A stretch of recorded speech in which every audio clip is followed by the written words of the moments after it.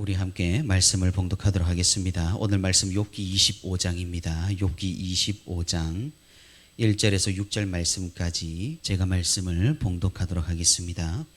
수아 사람 빌닷이 대답하여 이르되 하나님은 주권과 위엄을 가지셨고 높은 곳에서 화평을 베푸시느니라. 그의 군대를 어찌 계수할 수 있으랴. 그가 비추는 광명을 받지 않은 자가 누구냐. 그런즉 하나님 앞에서 사람이 어찌 의롭다 하며 여자에게서 난 자가 어찌 깨끗하다 하랴.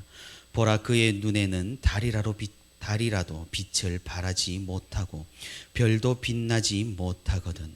하물며 구더기 같은 사람, 벌레 같은 인생이랴. 아멘. 네, 오늘도 주님과 함께 동행하기 위해 이 새벽의 시간에 나온 우리 모든 성도 여러분 진심으로 환영하고 또 축복합니다. 오늘도 우리 함께 말씀 듣는 가운데 또한 기도 제목 가지고 기도하는 가운데 하나님의 크신 은혜와 위로가 풍성히 있기를 주님의 이름으로 소망합니다. 사랑하는 성도 여러분, 우리는 계속해서 욥기서를 쭉 살펴보고 있습니다. 제가 어제 잠깐 말씀을 드렸는데 욥기에서 반복적으로 등장하는 주제 중 하나는 바로 선과 악, 악인과 선인에 대한 그런 내용입니다. 욥의 친구들은 악인은 반드시 심판을 받아서 멸망하니 고난을 당하고 있는 욥, 너는 악인이라고 주장을 하고 있는 것이고, 욥은 이 세상을 두루둘러 보니 오히려 악인이 더 잘 살고 있다. 선한 사람들이 오히려 고난을 당하고 핍박을 받는 것이 빈번하니 그러니 나는 의인이다라고 주장을 하고 있는 것입니다. 그러면서 친구나 욥이나 할 것 없이 이 악인에 대한 묘사를 하는데 우리가 이를 자세히 살펴보면은 정말 나쁜 사람들로 보입니다. 고아와 과부를 착취하고 사람들의 생계를 이용하여 자신들의 배를 불리는 것이 이렇게 악인에 대해서 이렇게 묘사하는 것을 우리가 읽어볼 수가 있습니다. 다시 말해서 세상에서 가장 약한 자들을 이 악인들이 이용한다라는 것이죠. 사실 이런 모양, 이런 모습은 지금 세상에서도 일반적입니다. 기업이라는 것은 어찌되었든 저렴한 노동력을 바탕으로 이윤을 극대화해야 하기 때문에 비윤리적인 일도 서슴지 않고 저지르기도 하는 것이죠. 그리고 이런 악한 일들이 국가적으로 벌어지곤 한다는 것이 지금의 현실입니다. 하나님의 교훈과 하나님의 말씀을 모르는 사람들은 여기에 대해서 죄의식도 가지지 않은 채 이런 착취를 반복하는 것이 바로 이 죄악된 세상의 일반적인 모습이고 창세부터 있어 왔던 역사적인 사실이라는 겁니다. 근데 우리는 여기에서 개념을 아주 잘 잡고 들어가야 합니다. 선과 악의 구분, 우리는 어떻게 구분을 하나요? 선과 악이라고 한다면 우리는 무의식적으로 선은 도덕적인 행동, 착한 것, 악은 비도덕적이고 비윤리적인 행동, 나쁜 행동이라는 생각을 하기가 쉽습니다. 그래서 우리가 일반적으로 생각하는 선은 무엇이라고 주로 생각을 하나요? 평화와 공존과 화해, 연합, 그리고 존중과 또 더불어 살아감이 우리는 주로 선이라고, 착함이라고 생각을 합니다. 악이라는 것은 그 반대겠지요.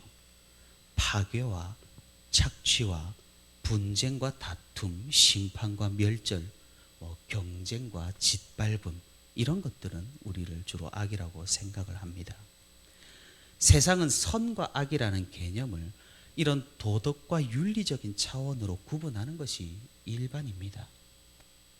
그런데 성경에서 말하는 선과 악은 그 개념이 조금은 다르다라는 사실을 우리는 알고 있어야 한다라는 겁니다.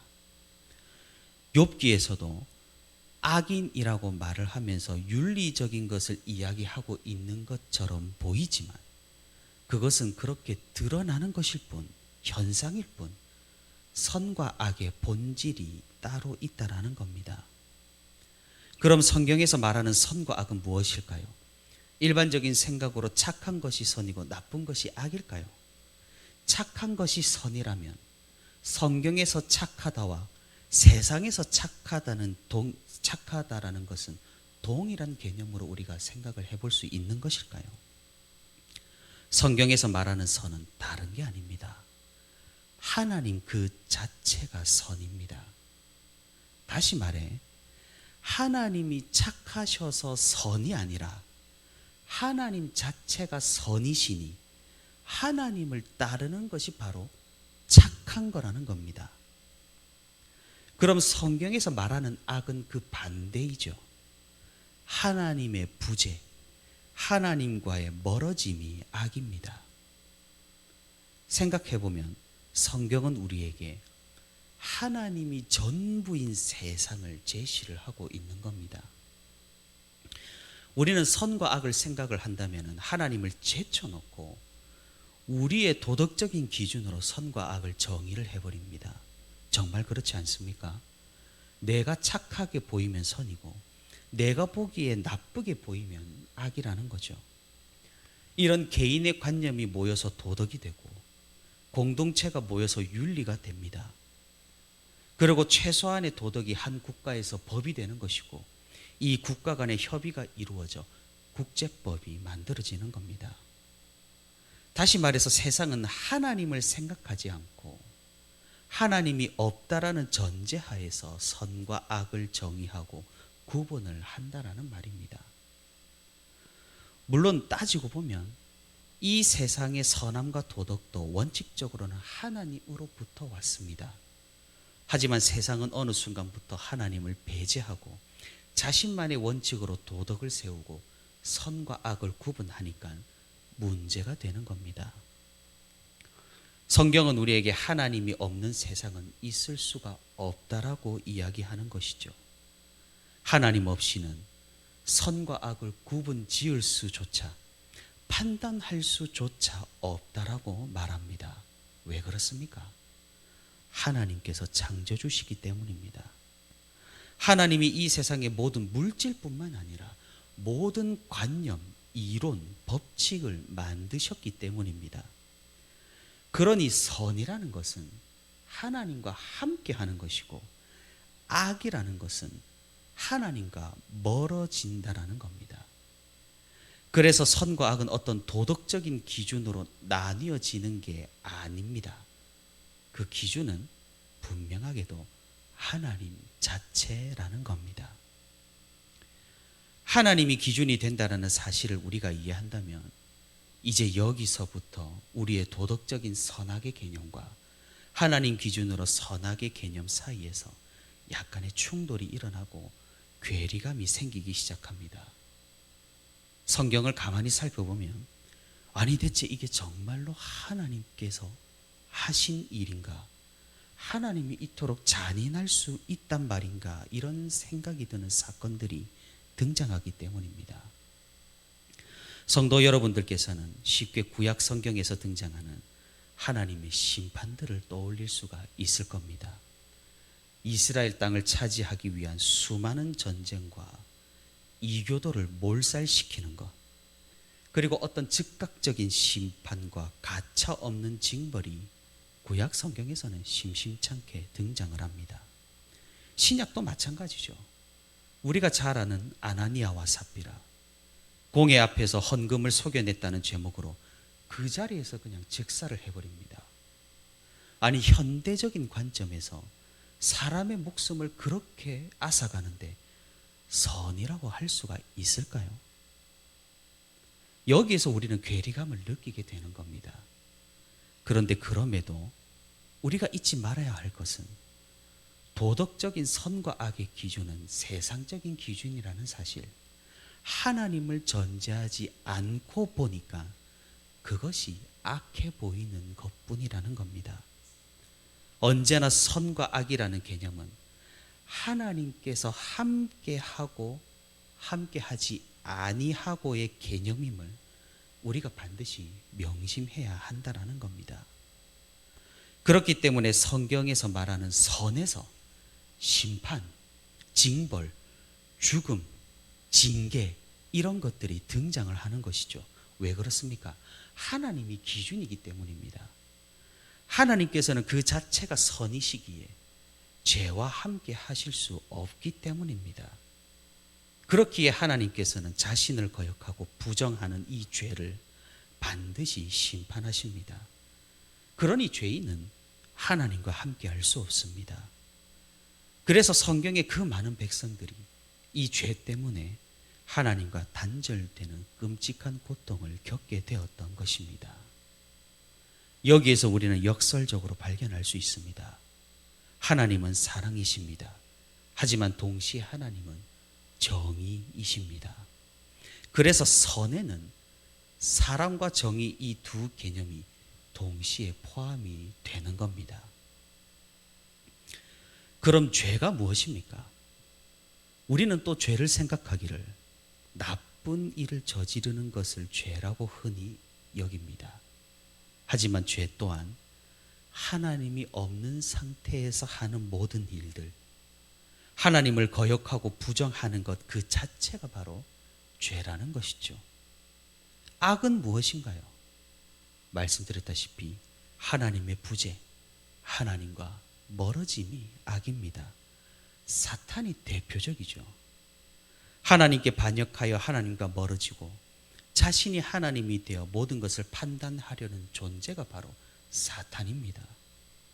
다시 말해 하나님과 함께하지 않은 모든 것은 악이고 죄라는 겁니다.